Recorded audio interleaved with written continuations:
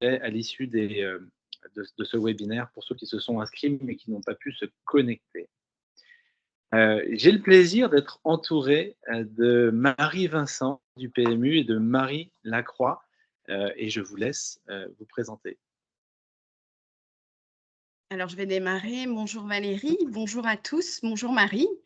En ce qui me concerne, ça fait 20 ans que j'exerce dans des fonctions de ressources humaines, avec plutôt une première partie de carrière dans le consulting recrutement, et j'ai ensuite évolué vers une fonction plus large de développement RH. J'ai accompagné une entreprise un petit peu similaire au PMU pendant 7 ans. Et j'ai rejoint l'équipe d'Emmanuel Melin, qui est la DRH du PMU, en septembre 2021. J'ai la chance de pouvoir animer une belle équipe sur l'ensemble des sujets du développement RH. Et ce qui me motive plus particulièrement, c'est l'accompagnement des transformations, ce qui est le cas au PMU. Je laisse la parole à Marie. Oui, merci. Donc, bonjour à tous et toutes. Et donc, moi, je suis Marie Lacroix. Je suis docteure en neurosciences. J'ai un parcours initialement très académique. Et aujourd'hui, ça fait 5 ans maintenant que j'ai cofondé une société qui s'appelle Cogix, qui est une société de conseil et de formation qui amène les connaissances en sciences cognitives comme levier d'innovation des pratiques de travail et de formation. Donc ça fait maintenant plus de 5 ans qu'on accompagne des organisations, qu'elles soient publiques ou privées, sur la prise en compte du facteur humain, en comprenant bien vraiment notre fonctionnement, justement en amenant des arguments sur la manière dont notre cerveau fonctionne, dont les comportements, les facteurs qui influencent nos comportements. Parce que finalement, c'est vraiment des leviers de compréhension qui amènent les personnes vers de la transformation, vers le fait de changer de comportement et notamment instaurer des pratiques de travail plus durables à l'échelle des organisations. En quelques mots. Parfait, merci beaucoup. Je suis Valérie Nguyen, je suis fondateur et aussi DG de Learning Solutions. On appartient à Sylamir, le groupe Sylamir connu pour ses accompagnements sur des transformations. Et j'ai le plaisir de porter l'offre de formation du groupe Sylamir qu'on a appelé Learning Solutions. On intervient dans 3 domaines, enfin 4 domaines puisque on vient d'ajouter la partie RSE, ESG en anglais. En plus de la RSE, on intervient sur l'intelligence collective, c'est le deuxième domaine, le deuxième périmètre. On intervient évidemment sur la data, tout ce qui est Air digital, et enfin le client omnicanal. Voilà, c'est les 4 périmètres sur lesquels nous intervenons chez Learning Solutions. Et donc, j'ai le plaisir aussi d'initier ce cycle de conférences qu'on a appelé Regards croisés. Et l'idée, on va essayer de le dérouler sur toute l'année 2023, c'est de réunir des points de vue différents sur des sujets complexes. Il y aura à chaque fois des personnes représentant les métiers. Donc, Marie-Vincent nous fait le plaisir d'initier ce premier webinaire. Donc, les métiers pour exprimer un besoin que les métiers rencontrent. Et puis, une ou un représentant des sciences au sens large. On aime bien, chez Learning Solutions, travailler avec les neurosciences, mais ça ne sera pas que les neurosciences. Il y aura d'autres invités qui nous partageront leur vision. Et puis, enfin, les regards croisés, c'est aussi évidemment la réponse pédagogique. Et souvent, je serai la personne qui apportera cet éclairage. Voilà pour les présentations. Donc, on est aujourd'hui sur évidemment ce sujet du rapport au travail. Et on va commencer par un sondage, plutôt une enquête IFOP qu'on a regardé avec attention, qui concerne plus de 1000 salariés de la population française, qui nous disent de manière très majoritaire avoir une perception de leur rapport au travail qui a fortement évolué depuis la fin du confinement. Alors, il y a de multiples facteurs. Quand on regarde l'étude, on peut parler de travailler pour se rendre plus utile ou changer de lieu géographique. Mais il y a 3 facteurs que je voulais vous partager en démarrage de ce webinaire. Le premier, c'est mieux concilier sa vie personnelle avec sa vie professionnelle à plus de 50%. Le deuxième facteur qui crée un changement majeur dans son rapport au travail, c'est de changer de rythme de travail à plus de 41%. et enfin faire plus de télétravail. Donc voilà ce sondage intéressant qui finalement nous amène ce matin à nous poser collectivement cette question du changement de notre rapport au travail. Et avec Marie-Vincent et Marie Lacroix, nous avons décidé de traiter ce sujet sous 3 angles. L'angle de la valeur du travail, en effet, quelle place on accorde au travail, quelle place le travail a pour nous, c'est-à-dire est-ce qu'il est plus ou moins central, plus ou moins identitaire ou statutaire. Et évidemment, au cours des prochaines minutes, on va explorer les effets de la sphère personnelle et ce que les sociologues appellent le développement des vies polycentrées, c'est-à-dire comment je prends en compte pour le collaborateur, mais aussi les managers, eh bien les occupations, les passions et les activités qui ne sont pas forcément dans le travail, mais qui revêtent énormément d'importance. Donc la valeur du travail, ça sera le premier angle. Le deuxième angle, c'est la motivation au travail. C'est un sujet qui est très chahuté, qui est évidemment pas à 100% attribuable aux salariés. Évidemment, il y a d'autres facteurs, l'économie, l'environnement, qui sont responsables de la motivation des salariés au travail. Mais on va essayer d'apporter dans les prochaines minutes quelques clés, quelques leviers pour que l'entreprise arrive à préserver la motivation de leurs équipes au travail, maintenir la flamme de l'engagement des salariés. Ça va être très intéressant. Et enfin, le dernier angle, c'est les conditions et les environnements de travail. Vous avez vu qu'on a exclu les lieux de travail puisque c'est une notion qui a plus lieu d'être finalement, mais c'est plutôt les environnements de travail. Et c'est vrai que depuis un certain 13 mars, vendredi 13 mars 2020, on a tous goûté, et pour la plupart avec délectation, au travail chez soi. On a pris goût à moins voyager, à être moins fatigué dans les transports. Et pour autant, est-ce qu'on doit aller vers le tout télétravail? C'est un questionnement qu'on va se poser. Et puis derrière ce questionnement, ça va être une interrogation quasi philosophique qu'on va vous proposer sur finalement la place que l'entreprise a par rapport à ses environnements de travail. Donc voilà les 3 angles. On peut passer au slide d'après sur... Alors, c'est à moi de le faire. OK. Voilà. Premier angle, la valeur travail. Marie, c'est pour toi. Oui, alors pour démarrer déjà, peut-être pour mettre un cadre autour de ce changement de rapport au travail finalement, enfin, il y a quelques chiffres hein, qui nous indiquent qu'effectivement ce rapport peut avoir changé. Déjà, le premier chiffre, c'est celui du taux de démission qui est inédit, donc parce que finalement, entre fin 2021 début 2022, on est à un chiffre un peu record d'un demi-million de démissions par trimestre, dont une grosse partie qui sont des démissions de CDI. Et effectivement, c'est un chiffre qu'on n'a pas retrouvé depuis 2008 et la crise. Alors après, moi, je suis pas économiste, mais en tout cas, il y a quand même quelques dimensions économiques qui expliquent un petit peu ce chiffre-là. Déjà, la dynamique hein, du marché du travail qui est en faveur des candidats avec un faible taux de chômage, etc. Donc finalement, ça incite plutôt les collaborateurs à démissionner et à négocier des meilleures conditions de travail, hein, que ce soit le salaire ou enfin les conditions d'équilibre vie pro, perso, etc. Donc ça, c'est une première chose qui pourrait l'expliquer. Et puis la deuxième chose aussi, liée plutôt justement à l'historique du contexte sanitaire, qui a vraiment bloqué les démissions pendant la crise du Covid. Et finalement, le mouvement, en tout cas, de rotation autour des emplois, la mobilité, etc., qui était à l'arrêt durant les confinements, a repris. Donc ça explique aussi en partie ce changement. Mais finalement, il y a aussi des secteurs qui ne sont pas, qui sont particulièrement touchés. Donc c'est notamment les pénuries de main-d'œuvre qu'on retrouve dans certains secteurs qui sont associés à un certain degré de pénibilité. Donc notamment des secteurs qui sont à la fois donc associés à la pénibilité ou des contraintes horaires et qui sont aussi peu rémunérés. Donc historiquement, finalement, les métiers de l'hôtellerie-restauration, le service à la personne, le transport routier, etc.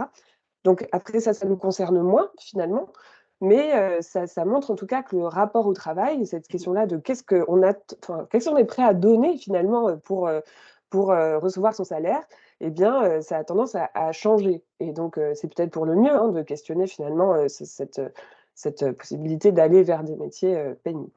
Mais si on se retourne même vers des métiers qui nous concernent plus, finalement, chez Cogix, en tout cas, ça fait plusieurs années qu'on est confronté à cette question-là de comment est-ce qu'on engage des collaborateurs. Déjà, par exemple, le secteur de l'automobile, qui avait toujours eu le luxe de pouvoir sélectionner ses candidats parmi un pool de candidats toujours croissant, eh bien, aujourd'hui, se demandait comment attirer les jeunes vers ces métiers-là. Aussi, là, plus récemment, hein, j'ai pu discuter avec le secteur de la finance et notamment la fintech, les technologies liées à la finance, aux investissements. Et ils ont aussi du mal à recruter. L'exemple typique, c'est aussi les développeurs informatiques, hein, donc tout ce qui est dans le milieu informatique. Finalement, on a l'impression que quand on est employeur, c'est plutôt nous qui passons l'entretien d'embauche par rapport à un pool de candidats qui devient très exigeant et donc qui cherchent à comprendre tous les intérêts qu'ils ont à rejoindre ou non l'entreprise en question. Donc finalement, j'aime pas utiliser ce mot, mais c'est quand même un rapport de force qui peut être parfois un peu changé entre le rapport entre le candidat et l'employeur.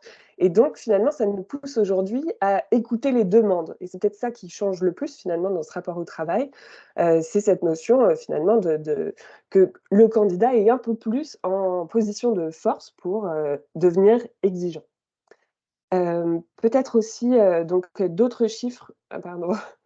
Juste sur la précédente slide, oui, d'autres chiffres juste pour finir de commenter ce qu'il y avait écrit. Donc effectivement, aujourd'hui, ce rapport ce rapport au travail, il est illustré aussi par des changements assez importants, notamment cette année, dans les enquêtes, quand on demande aux collaborateurs, enfin aux salariés, si le travail à quel point il est important pour eux, eh bien 24% des salariés disent que le travail est très important pour eux, contrairement à dans les années 90 où c'était plutôt de l'ordre de 60. Donc c'est vraiment la notion centrale du travail qui aujourd'hui est atténuée. Et puis le dernier chiffre, c'est celui-là des 61% aujourd'hui qui sont prêts à gagner moins d'argent pour avoir plus de temps libre. Et ça, c'est vraiment très nouveau, puisque si on compare par exemple à 2008, eh bien, c'était complètement l'inverse. C'est-à-dire, il y avait vraiment 62% de salariés qui étaient prêts à gagner plus, quitte à avoir moins de temps libre. Donc, c'est vraiment un changement, un retournement hein, du rapport au travail. Mais finalement, effectivement, ces mutations, elles sont peut-être là pour aussi des choses positives, c'est-à-dire ça nous force vraiment à nous poser les bonnes questions et puis, en tout cas, une partie de la réponse est peut-être à notre main. Donc c'est intéressant en tout cas de se poser ces questions. Parfait. Merci Marie, merci beaucoup, c'est très intéressant. Du côté du PMU, Marie, comment vous réagissez à ces éléments? Alors tout d'abord, un premier chiffre par rapport à la grande démission qu'on connaît sur le marché, que vient de relever Marie. En ce qui concerne le PMU, on enregistre en fait un turnover qui est, nous, plutôt stable dans les 3 dernières années. On dépasse pas les 10% en fait de turnover avec un taux d'émission qui est plutôt stable et assez bas en réalité, versus un marché qui, lui, enregistre plutôt des turnovers entre 14 et 15%. Donc, une fois qu'on se dit ça, c'est plutôt positif pour le PMU. Je veux juste rappeler, donner quelques chiffres de présentation du PMU, qui est le premier opérateur de Paris hippique en Europe, qui dépasse les 9 milliards d'enjeux hippiques. C'est important de le dire parce qu'il y a 1200 collaborateurs sur 18 sites et une création en 1930. Donc le PMU, c'est une société qui existe depuis plus de 90 ans, avec un attachement qui est extrêmement fort des collaborateurs à l'entreprise. Ça se traduit notamment par un engagement qui se lie au travers des différents sondages qu'on a mis en place sur la thématique d'engagement, qui depuis 2 ans s'élève à ça va jusqu'à 75% des collaborateurs qui participent à ces sondages. Et on a des scores, notamment dernière campagne qui date de novembre, où on obtient 7,5 sur 10, qui est un résultat extrêmement positif quant à l'engagement des collaborateurs. En revanche, effectivement, comme beaucoup d'entreprises, je pense qu'on a un enjeu d'attractivité qui est fort, notamment sur le point relevé par Marie sur les métiers qui sont plus pénuriques, et notamment c'est le cas pour nous aussi en informatique, bien sûr, où on sait que le choix est assez large pour les collaborateurs qui sont en recherche d'emploi.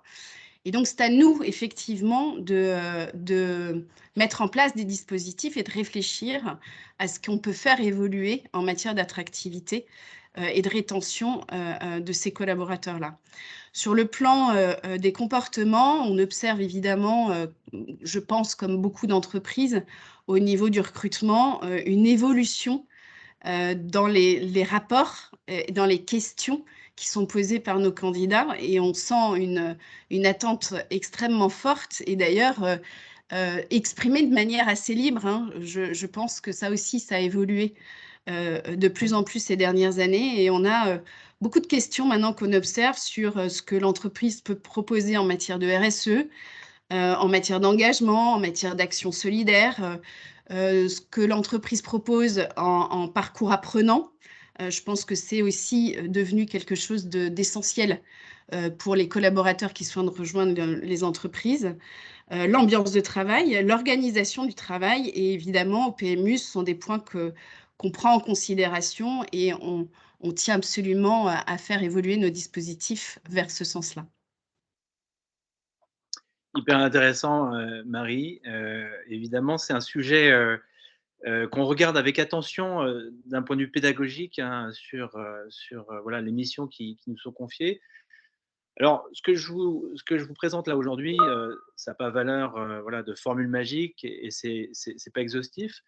Néanmoins, il y a 4 piliers sur lesquels on travaille d'un point de vue pédagogique pour donner du sens ou redonner du sens à la valeur travail. Le premier pilier, autour des compétences. Et moi, j'ai eu entre les mains une étude prospective de Gartner Group sur les années 2024-2028. Donc, vous voyez que c'est pas pour demain, c'est plutôt pour après-demain.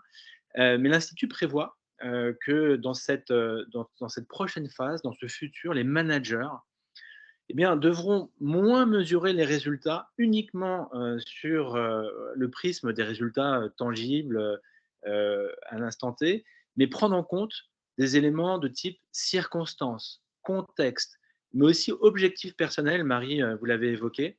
Et puis, quelque chose qui est intéressant, c'est les groupes auxquels les personnes appartiennent, voilà, comme des indicateurs supplémentaires pour caractériser une performance d'une équipe et d'un collaborateur.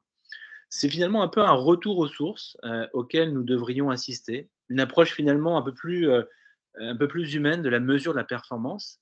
Et si on va dans cette direction, mais on va y aller, puisqu'on observe déjà, je le disais, hein, au travers des entreprises que nous accompagnons, eh bien, on observe une évolution des mécanismes de revue de performance. Souvent, vous les connaissez, hein, elles sont biannuelles ou annuelles.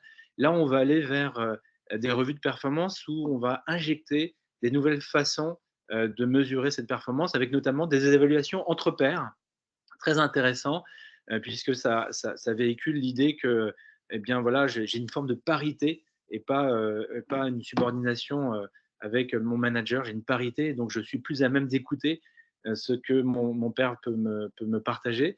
De l'auto-évaluation aussi, c'est la deuxième façon que l'on amène pour valoriser les compétences des collaborateurs. Et aussi plus de dialogue, voilà, plus de conversationnel, moins quelque chose de statutaire, de posé, qui répond à 2, 3, 4 parties. C'est voilà, plus un continuum de discussion. Voilà. Sur ce premier pilier, on valorise les compétences au travers de l'inclusion de ces méthodes et ces thématiques-là. Si on pousse le trait, on va vers le mode agile. Vous le connaissez, hein, le mode agile dans les projets digitaux. Mais pas que, finalement, le mode agile s'invite dans tous les process, en tout cas de certaines business units, pas forcément dans toutes les entreprises, mais il y a certaines BU qui adoptent certains préceptes du mode agile. Alors, par quoi ça se matérialise? Eh bien, des décisions qui sont faites, non pas, qui sont prises, non pas de manière, voilà, mensuelle ou trimestrielle ou semestrielle, mais chaque semaine. Voilà, on prend des décisions, on les remet en question, on fait des retours en arrière pour savoir si finalement on a réussi à atteindre ses objectifs et les besoins qu'on doit avoir pour atteindre les ressources et les besoins qu'on doit avoir. Donc c'est un examen continu des compétences. On va observer le déploiement de ces compétences rapidement, toutes les semaines, et non pas de manière trimestrielle ou semestrielle. Donc tout ça apporte une coopération, on va dire, augmentée, plus ouverte, plus transparente. Les équipes sont plus autonomes et évidemment, on a des projets, l'entreprise est structurée en mode projet avec au centre de ces projets de la co-conception. Deuxième pilier. Le troisième pilier, ça nous amène à des trajectoires qui sont plus individualisées. Je sais qu'au PMU, vous allez en parler, hein, Marie, des mécénats de compétences, c'est des formats qui sont de plus en plus rencontrés. Le mentoring, on travaille beaucoup aussi sur des mécanismes d'accompagnement avec des tiers de confiance qui ne sont pas forcément le manager, mais des personnes qui endossent le costume de mentor. Et puis, un dernier format pour permettre aux collaborateurs de faire un petit pas de côté, c'est de devenir des formateurs occasionnels. C'est aussi des choses qu'on propose et qu'on voit de plus en plus dans les entreprises. Les soft skills, on va en reparler dans le reste de la présentation. Il y a juste un soft skills que je trouve très intéressant pour redonner du sens à la valeur travail. On l'appelle le growth mindset. Peut-être en avez-vous déjà entendu parler.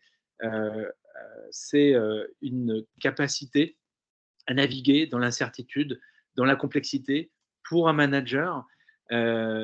Ça prend la forme de différentes postures, éléments de langage également, où on va admettre, ne pas savoir, être face à une situation difficile, ne pas surpromettre aussi, c'est extrêmement important d'être dans la transparence, mais aussi apporter une capacité à saisir toutes les opportunités et donc de mettre plusieurs fers au feu et collectivement d'arriver à saisir ces opportunités pour se sortir d'une situation un peu délicate ou tester des nouvelles façons de faire, et ce, de manière co-responsabilisante. Voilà les leviers pédagogiques sur lesquels on travaille pour redonner du sens à la valeur travail. Je crois qu'il y a une personne qui est arrivée. Non, c'est bon. Voilà, premier angle sur le sens du travail. Deuxième angle, la motivation au travail. Je le disais, c'est un sujet qui est extrêmement chahuté, et on va essayer d'avoir un éclairage avec Marie sur la motivation au travail. Oui, parce que finalement, quand on se pose cette question-là, du rapport au travail et comment est-ce qu'on peut engager, à la fois attirer, retenir, hein, les talents et puis aussi, vraiment essayer de contribuer, au fait de redonner, de la valeur, finalement au travail, dans la représentation de chacun et chacune, hein, en particulier de nos collaborateurs. Et ben, cette question de la motivation, elle devient centrale. Donc là, je reprends ma casquette, sciences cognitives pour parler finalement de la motivation. Alors avant de rentrer un petit peu dans le détail de ce qui va venir, conditionner notre motivation, je repars de quelques chiffres, justement qui nous sont donnés par les études récentes, en particulier celle de la fondation, Jean Jaurès. Parce que finalement, quand elles interrogent les Français, elles seront, donc, les résultats de cette étude montrent que, finalement, il y a 37 des Français qui se disent moins motivés qu'avant la crise sanitaire, dans le travail. Il y en a 12 qui se sont quand même plus motivés, mais ce chiffre-là des 37 hein, nous interroge sur, qu'est-ce qui démotive finalement les Français, vers, enfin en tout cas dans leur rapport au travail. Alors, pour aller creuser un peu ce chiffre-là, il y a quelques éléments qui nous éclairent, en fait. Notamment, il y a déjà, ce sentiment d'être perdant. Alors, qu'est-ce que c'est ce sentiment d'être perdant?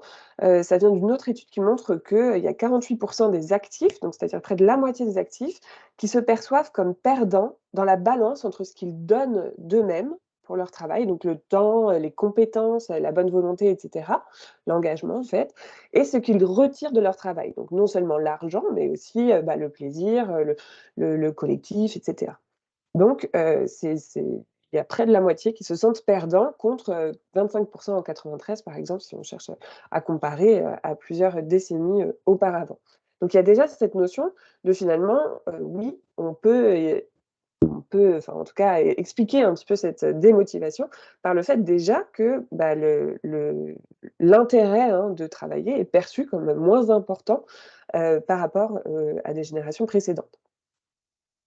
Ensuite, il y a le sentiment de manque de reconnaissance et ça, c'est des chiffres, où finalement les salariés français, quand on compare, par exemple, à la moyenne des actifs dans d'autres pays d'Europe, ont tendance à indiquer qu'ils ont un manque de reconnaissance. Ils ont l'impression de ne pas être assez reconnus pour ce qu'ils font ou valorisés dans leur travail, et donc ça, c'est quelque chose qui existe depuis plusieurs années, même avant la crise sanitaire.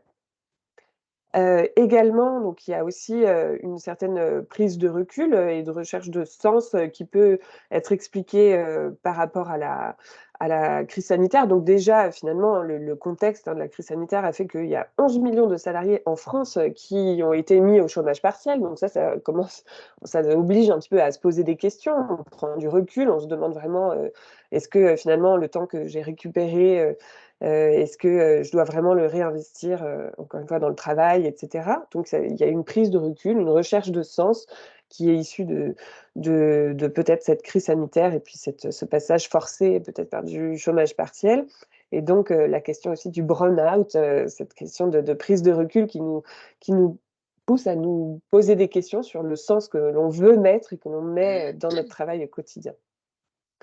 Et puis le dernier point, c'est aussi le changement des modes de travail qui rabat les cartes en fait, hein, donc notamment, depuis la crise sanitaire, tout le monde a goûté au télétravail comme le disait, Valérie et finalement aujourd'hui, on est à peu près à un quart de la population française qui a 3 jours minimum de télétravail par semaine.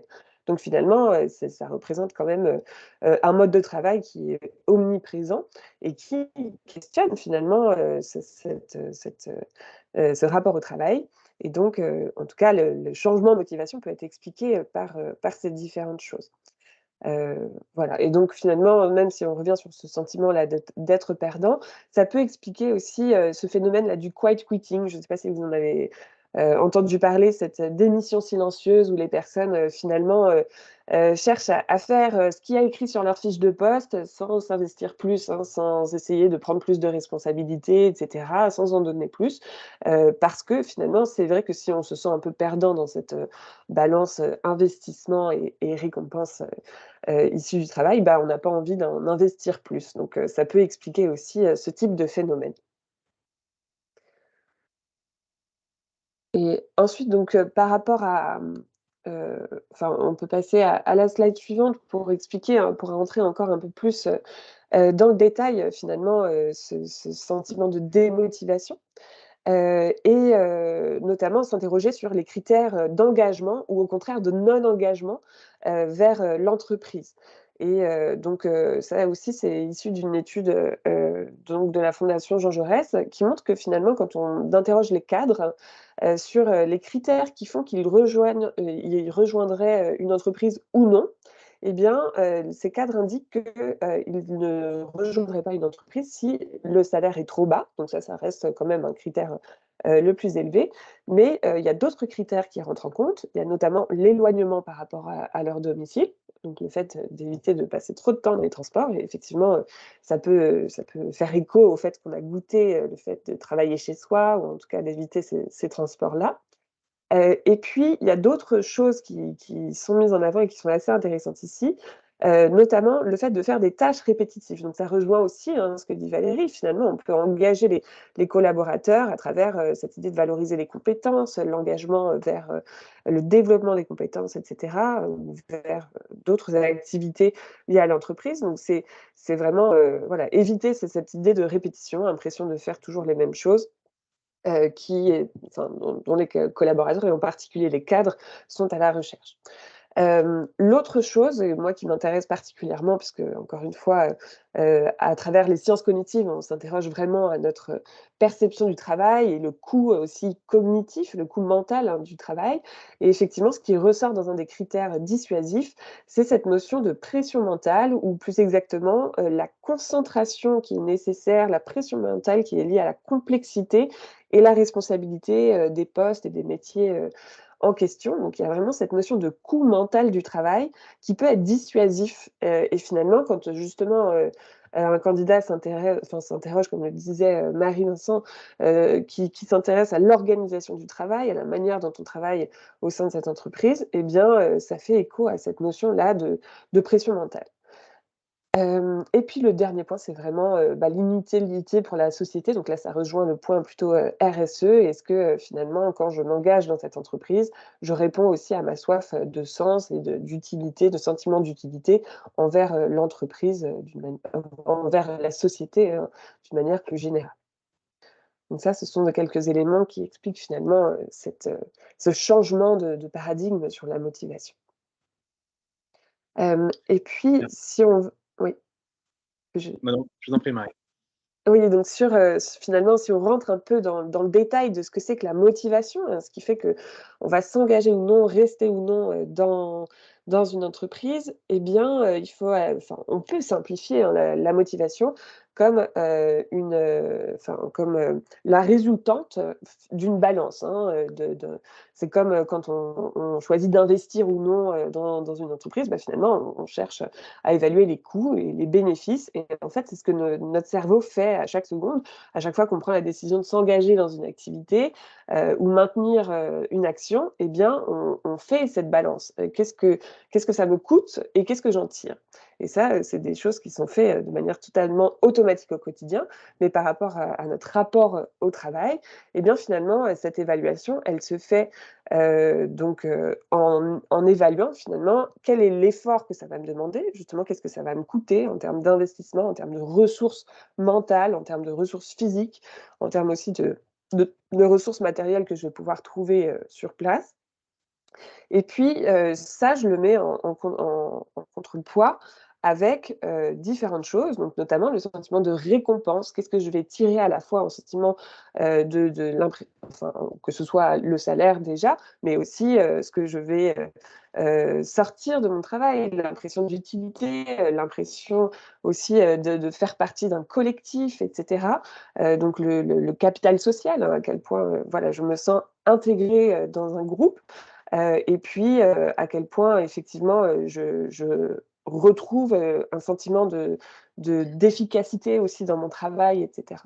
Et donc ça, toutes ces choses positives, en tout cas, je le mets en balance, avec le reste des efforts. Et justement, si je choisis de rester, dans une entreprise, eh bien, ça peut être justement parce que, finalement, le coût mental du travail, n'est pas trop important. Et donc ça, vraiment, c'est une question, qui est très importante. Qu'est-ce qui fait que, finalement, je me sens épuisée, que j'ai l'impression de fournir trop d'efforts par rapport, à ce que je retire, de positif de mon travail? Bien ça oblige en tout cas aujourd'hui à se poser vraiment des questions sur, comment est-ce qu'on réduit ce coût cognitif, du travail, notamment pour générer, hein, chez les collaborateurs une motivation qui est réelle et qui est surtout durable. Et c'est une question qui est aujourd'hui, liée vraiment, au fait que la digitalisation, elle est partout. Finalement, le fait d'avoir accès en permanence à des informations, eh bien, ça peut aussi, entraîner une surcharge informationnelle et entraîner un coût mental du travail qui est trop important par rapport à ce qu'on est capable de proposer aussi, en termes de récompense. Donc un des leviers, et nous, on est vraiment persuadés de ça, hein, chez Cogix, c'est que finalement, un des leviers pour, réengager les personnes et accroître la motivation, maintenir durablement la motivation, c'est réduire ce coût cognitif du travail. Et pour ça, donc il y a plusieurs effectivement, moyens, si on passe sur la slide d'après, voilà. Finalement, il y a pas mal de leviers à l'échelle des organisations qui peuvent permettre ça. Donc notamment, d'arriver à parler de la charge mentale. Qu'est-ce qui fait qu'on se sent surchargé et qu'on a l'impression que l'effort est trop important? En fait, on se rend compte que déjà, on peut agir, sur cette perception de la charge mentale. Donc ça, c'est quelque chose qu'on fait vraiment, avec Cogix au quotidien. On va déjà un peu diagnostiquer la manière dont les pratiques de travail, sont mises en place, pour les collaborateurs et pour, donc à l'échelle des équipes. On leur demande, voilà, comment est-ce qu'ils gèrent les urgences, comment est-ce qu'ils gèrent la concentration, les temps de concentration, les sollicitations en permanence et cetera. Et ça nous donne un indice sur justement les ressources cognitives qui sont à disposition des salariés pour s'engager vers d'autres choses. Justement, sur les différents leviers d'engagement, il faut avoir de l'espace mental pour s'engager. Il faut avoir de l'espace mental pour se transformer, pour être agile, et cetera. Donc finalement, questionner le coût mental du travail et aussi amener les gens vers le développement de soft skills, tels que, la capacité à s'organiser dans un monde hyper connecté, et cetera. Et bien ça, c'est des choses qui vont vraiment, favoriser, la motivation durable, le maintien de la motivation durable. Un autre élément, c'est effectivement, travailler sur, les rythmes de travail équilibrés. Aujourd'hui, on parle beaucoup de l'équilibre, vie pro, vie perso et en fait, on se rend compte du point de vue cognitif, c'est pas du tout aberrant, de remettre au centre, les temps de repos parce qu'en fait, c'est ça qui nous permet de maintenir une efficacité, de long terme et encore plus dans un monde où, ultra digitalisé, où finalement, l'effort, il est surtout, cognitif, à traiter de l'information, rapidement et en continu. Et puis le dernier point, c'est sur cette notion de soutien social, hein, de capital social, comme je disais tout à l'heure. En fait, on se rend compte que collaborer, être inclus dans un collectif, et cetera, c'est aussi des soft skills, que ce soit pour les managers ou pour tout collaborateur et que finalement faire le diagnostic, hein, ce capital social et puis amener les personnes vers, des soft skills sur la capacité à collaborer, à bien, créer ce capital social, eh bien, c'est vraiment des leviers d'engagement, durable pour, les équipes, donc à l'échelle des organisations. Voilà, donc c'est vraiment cette balance que l'on cherche à rééquilibrer et je pense que c'est vraiment important aujourd'hui, de prendre conscience de qu'on a la main en fait, hein, sur cette balance-là, en tant qu'employé.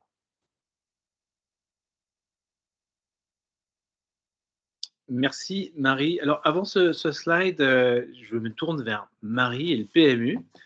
Comment faites-vous au PMU pour maintenir ou rallumer la flamme de la motivation des équipes? Alors, tout d'abord au PMU, il faut savoir que la raison d'être, c'est de maintenir le lien social. Donc on le fait avec les joueurs, on le fait avec notre écosystème, on le fait avec la planète, donc on s'implique évidemment, sur des sujets d'évolution, en matière d'engagement, écologique et avec nos talents. Donc on mise beaucoup sur cette notion, de collectif et de transmission. Donc, pour illustrer un petit peu, donner quelques exemples, assez concrets, en réalité, pour nous, la motivation, elle réside dès le départ sur l'expérience collaborateur. Donc, dès l'intégration. Pour nous, la phase de onboarding est essentielle et on essaye d'y réunir l'ensemble des conditions de réussite. On prépare l'arrivée des collaborateurs. On propose des journées où on fait vivre, et là, ça prend tout son sens, puisqu'à la fois, on explique la stratégie de l'entreprise et on fait vivre aussi l'ADN de l'entreprise, qui est l'émotion du spectacle vivant d'une course sur hippodrome, par exemple. Ça fait partie de notre culture et très vite, on fait participer les collaborateurs à ce spectacle. On propose évidemment des étapes très concrètes dans ce onboarding, puisqu'on sait que un onboarding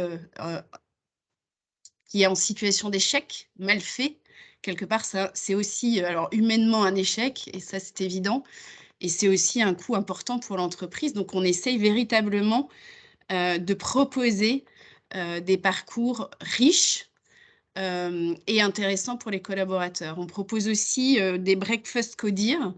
Ce sont des moments privilégiés avec la direction générale et la direction des ressources humaines, où les collaborateurs récemment intégrés au sein de l'entreprise, après une période d'essai, ont ce moment privilégié d'échange. Ils font aussi à cette occasion des retours sur leur expérience au sein du PMU dans les quelques semaines qui viennent de passer, mais ils se permettent également, dans un contexte assez convivial, de pouvoir poser des questions, de comprendre et d'affiner leur perception de la stratégie. Et ça, c'est un moment assez fort et qui fonctionne plutôt pas mal au sein de l'entreprise. On propose, on focus également, sur la partie knowledge. C'est évident, parce qu'on l'a vu tout à l'heure, que l'apprentissage est un des leviers aussi de motivation des collaborateurs. Donc, on propose des parcours, notamment pour les managers, puisque vous évoquiez tout à l'heure, Valérie, ce sujet d'évolution aussi du management.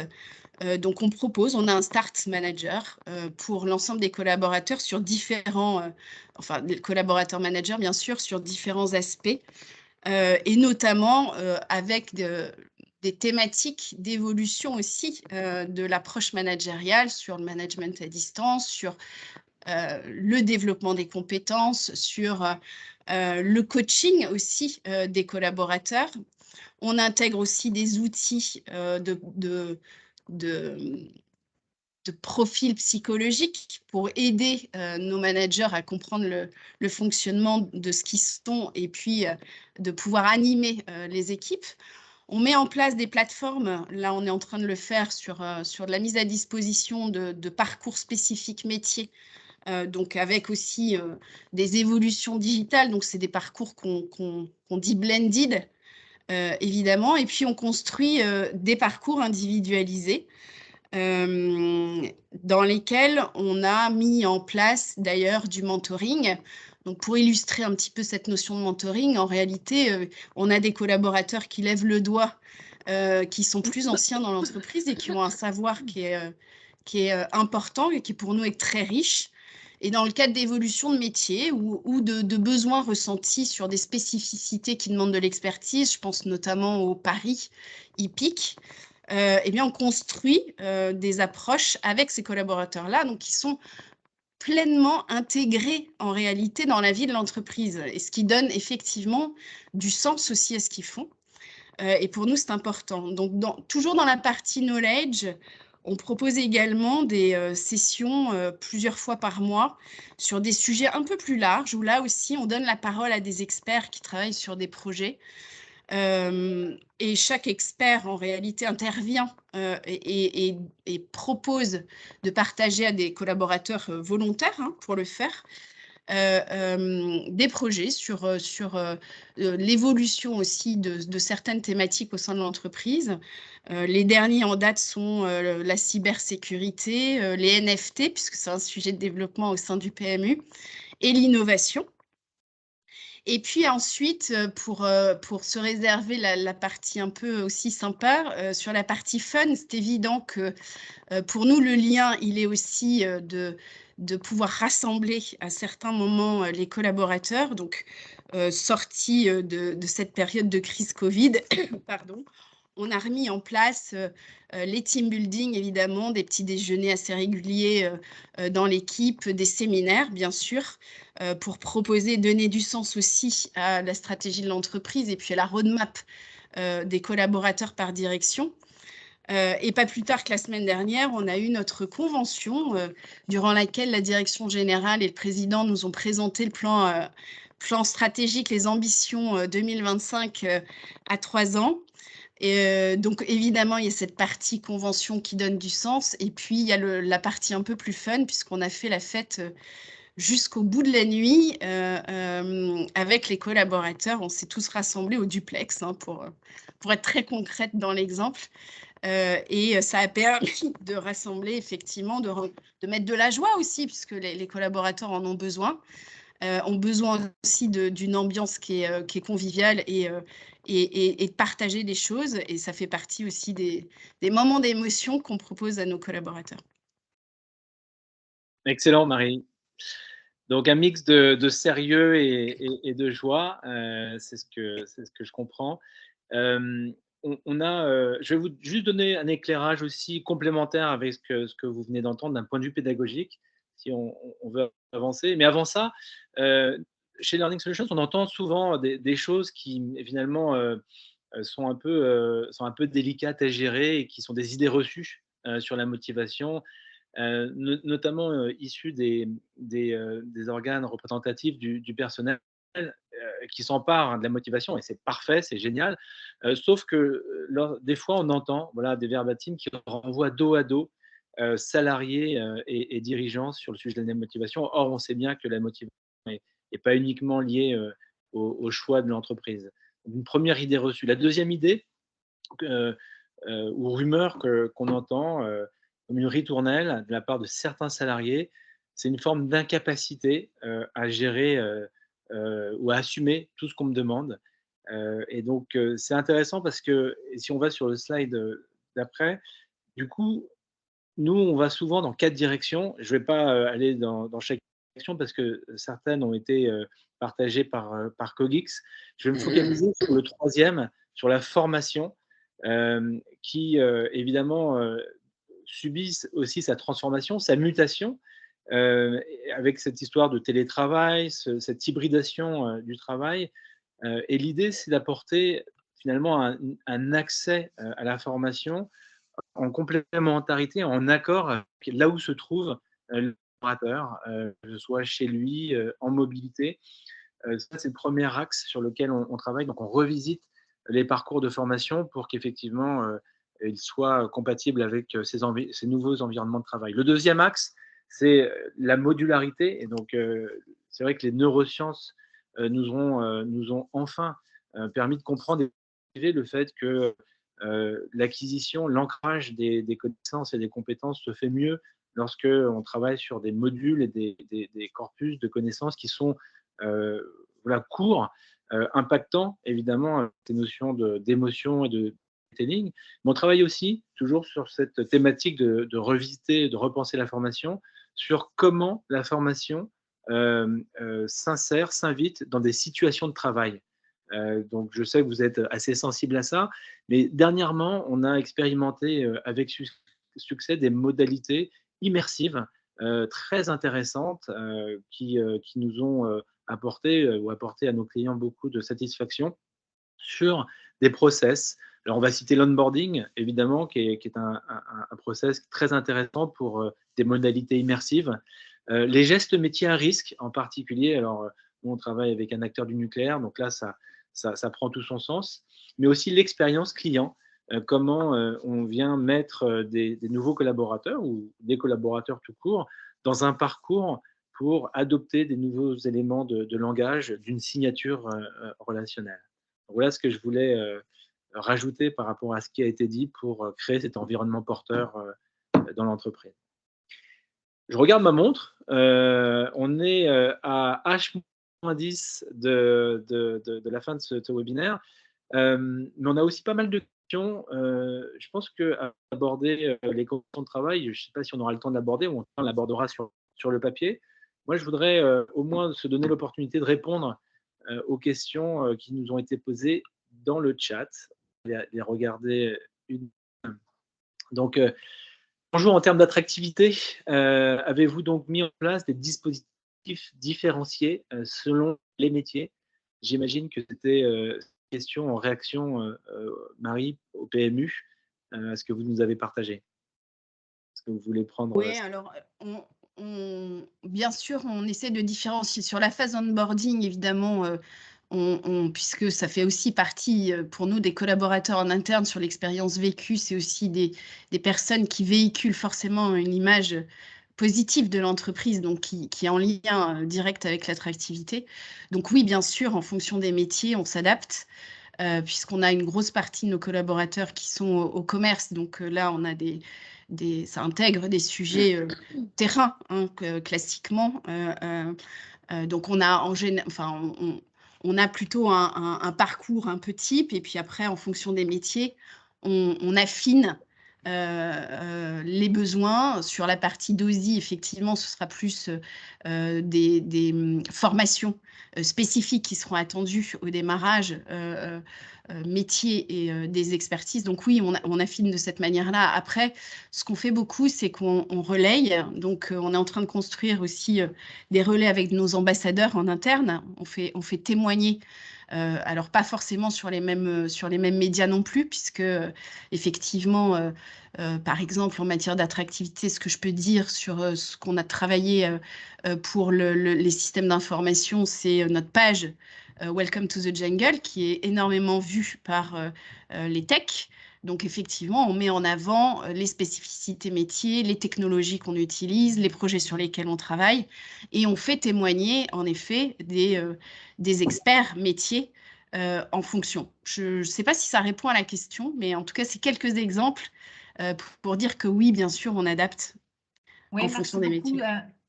En fait, c'était effectivement autour de ça et autour finalement des conditions ou des leviers de reconnaissance. On a vu tout à l'heure également voilà, qu'il y avait l'articulation vie privée, vie professionnelle, le sentiment de reconnaissance, etc. Donc, est-ce que par exemple sur ce type de métier, vous avez, j'en sais rien, moi, des aménagements avec plus de télétravail, moins de télétravail? Est-ce qu'il y a Oui. des packages financiers différenciés? Voilà, et comment c'est vécu dans l'entreprise en fait? C'était un peu aussi ces sujets-là. Alors, on cherche quand même à rester assez équilibré et juste dans le traitement des collaborateurs, c'est évident. En revanche, sur la partie des systèmes d'information, on le voit, c'est aussi le marché qui nous pousse aussi à réfléchir dans ce sens-là. On adapte. Alors, on n'est pas forcément dans une culture full remote parce qu'on croit beaucoup au collectif. On en a parlé tout à l'heure sur le lien social. Pour nous, c'est extrêmement important. Dans nos systèmes d'information, l'approche sur le format travail et l'agilité. Donc, on utilise la méthode SAFE. Donc, c'est des organisations pardon, qui se font par des trains. Clairement, donc avec aussi une façon de manager qui est plutôt un management de projet, avec un poids hiérarchique peut-être qui est un peu moindre. Et en effet, donc on sait que les collaborateurs qui intègrent ont des attentes très fortes sur la possibilité de cet équilibre métier, mais qui est assez légitime, puisque quand on parle de codage, par exemple, un tech qui est un peu en province et qui fait ses codes, c'est pas forcément un problème, ça se gère à partir du moment où les moments qu'on consacre sur le collectif sont respectés. Donc, on cherche cet équilibre-là. Donc, on n'est pas en full remote. En revanche, on est sur un système peut-être qui est un petit peu plus souple pour la partie techno que le reste de l'entreprise. Et c'est plutôt assumé au sein de l'entreprise, oui. Y compris, par exemple, dans les localisations géographiques, parce que c'est un sujet souvent dans les entreprises. Hein. Est-ce que finalement, on autorise des salariés à être voilà, éloignés de leur lieu de travail avec plus de télétravail? Je comprends que c'est des sujets aussi que vous embarquez, en fait. Hein. Alors, on les embarque et on est en train de les faire un peu évoluer. Donc, pour l'instant, on n'est pas complètement atterri, mais c'est des sujets sur lesquels on réfléchit et des demandes qu'on prend en considération, bien sûr. Merci beaucoup. Je vous en prie. Parfait. On a une deuxième question sur lorsqu'on avait évoqué cette capacité à évaluer les performances par ses pairs. J'évoquais cette pratique de plus en plus courante, mais aussi de plus en plus appréciée par les collaborateurs. Parce qu'on disait, hein, c'est une forme de parité qui s'installe. Premier élément de réponse, c'est un job à part entière, c'est-à-dire être tiers de confiance dans un processus d'évaluation. C'est vraiment un engagement, lorsque nous on le déploie, hein, c'est un engagement qu'on demande à la personne qui va effectuer, endosser ce costume-là. Et donc, il y a un accompagnement, c'est-à-dire que il lève la main pour être volontaire. Évidemment, on le remercie, mais on l'accompagne, puisqu'il y a l'art et la manière d'objectiver la performance. Et donc, il y a des outils, des méthodes, et puis aussi une posture pour faire émerger des éléments de la part du collaborateur. Donc, un accompagnement, un engagement de la part de la personne qui évalue. Le deuxième élément qui prémunit de ce phénomène fan club, c'est de confier une partie de l'évaluation, mais pas l'intégralité. C'est-à-dire qu'il y a des éléments notamment de savoir-être et d'engagement qui sont assez subjectifs, qui restent, en tout cas c'est la préconisation que nous apportons, à la main du manager. Pas forcément de manière descendante, hein, parce que le savoir-être, c'est une discussion. Mais ce qu'on confie au père qui va donner cette évaluation, c'est plutôt des gestes métiers, donc du savoir-faire. Et donc, ce qu'on lui demande au moment où il remplit sa grille d'évaluation, c'est de matérialiser ce qu'il a observé. Voilà, donc c'est vraiment une posture d'objectiver des éléments très concrets dans le cadre de projets qui donnent à voir qu'effectivement le collaborateur, enfin son collègue, a mis en œuvre cette compétence, là, mais plus sur des gestes métiers. Voilà les réponses que je pouvais vous apporter. Voilà, on a une deuxième question sur la rémunération. Oui. Oui, je crois que c'était pour Euh, en réaction à votre présentation. Oui, parce qu'effectivement, le salaire trop bas qui restait comme le critère numéro 1 de non-engagement vers une entreprise, effectivement, il y a cette notion de salaire trop bas, dans le sens où si c'est vraiment, pas juste, en tout cas le salaire n'est pas juste, on c'est dissuasif. En revanche, il faut mettre en regard, ce chiffre-là avec, le chiffre que j'ai partagé auparavant sur le fait que 61 aujourd'hui des salariés français sont prêts à gagner moins pour avoir, plus, de temps libre. Donc en fait, il y a effectivement la rémunération quand elle ne paraît pas équitable, elle est dissuasive. En revanche, c'est loin d'être le seul, critère puisque les personnes sont prêtes vraiment à gagner moins, pour, bénéficier d'autres, types d'avantages, notamment, l'équilibre, vie pro et perso. Et ça effectivement, je pense que c'est vraiment intéressant à creuser. Donc nous, chez Cogix, on a eu l'occasion, d'accompagner, des entreprises, notamment sur le passage à la semaine de 4 jours, notamment parce que, voilà, dans ces entreprises, ils reconnaissaient le fait que, les salariés étaient vraiment à la recherche de cet équilibre et que, c'est, un argument, très important pour rester chez eux. D'ailleurs, les personnes qui sont pa enfin les entreprises qui sont passées à la semaine de 4 jours, souvent ont un peu le problème inverse, c'est-à-dire que, ils ont tellement peu de turnover que parfois ils se posent la question de comment faire évoluer les gens au sein de l'entreprise. Donc il y a vraiment cette notion-là d'équilibre vie pro, vie perso, qui doit être, vraiment interrogée au sein des salariés et qui doit être prise en compte. Donc aujourd'hui, on a encore, plusieurs projets avec, une organisation publique d'ailleurs, un service public qui souhaite passer à la semaine de 4 jours et puis une moyenne entreprise, qui va le faire également. Donc c'est vraiment cette notion à la fois d'attractivité et puis d'engagement des collaborateurs, où on reconnaît finalement que, les collaborateurs sont capables de s'investir dans l'entreprise, de s'engager, pour leur travail, mais en préservant vraiment, l'investissement dans leur vie perso. On reconnaît que c'est une valeur qui devient très importante, donc il y a loin c'est loin d'être, la rémunération est loin d'être, la seule, à prendre en compte et puis effectivement, je pense que plus globalement, sonder, les attentes, les besoins des collaborateurs, ça devient, quelque chose, d'essentiel, hein, aujourd'hui. Notamment enfin bon, après, c'est la déformation professionnelle aussi de venir des sciences, mais on a besoin de quantifier en fait, de demander, de pouvoir, savoir exactement, quelles sont les attentes, des salariés et puis aujourd'hui avec Obix, du coup, on accompagne aussi, des organisations qui ont compris que finalement, quand ils mettent en place une transformation, une restructuration, c'est l'occasion de s'interroger sur le facteur humain et d'interroger, les collaborateurs sur ce qu'ils veulent en fait, hein, ce qui les préoccupe, et puis, pouvoir les accompagner sur des pratiques, voilà, qui soient plus, pérennes, qui préservent finalement le besoin à la fois de concentration, de récupération et de collaboration, au quotidien. C'est un peu les 3 angles Bonjour. qu'on aborde toujours, et je pense que c'est important, c'est aussi important que la rémunération. Mmh. Parfait, merci beaucoup. On arrive au terme de cet échange. On a privilégié de répondre aux questions, mais il y a ce troisième angle que vous voyez affiché, hein, sur les conditions et environnement de travail. Donc je le disais, on va vous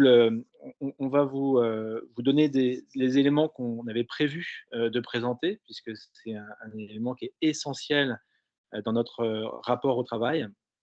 Heu et si vous voulez creuser, spécifiquement ce point, n'hésitez pas, on va vous donner, en conclusion, accès à nos adresses, mail. N'hésitez pas à creuser auprès de nous comment finalement on conçoit ce rapport au travail sur le prisme des conditions, des environnements de travail. Pour vous donner un peu de teasing, la façon dont on le traite, c'est autour du collectif, puisque l'entreprise, finalement, demeure un lieu.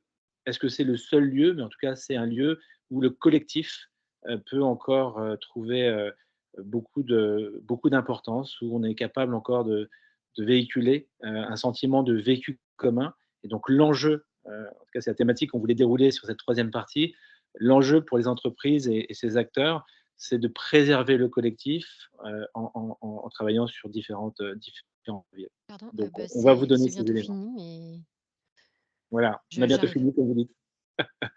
Vous voyez le pack shot de fin, donc n'hésitez pas à revenir vers nous. On était ravis de partager voilà, humblement notre vision des choses, puisque on n'a surtout pas la prétention de donner une recette sur les nouveaux rapports au travail, mais notre vision des choses. Et puis on va vous envoyer, comme je vous le disais, le support et puis le replay en fin de semaine.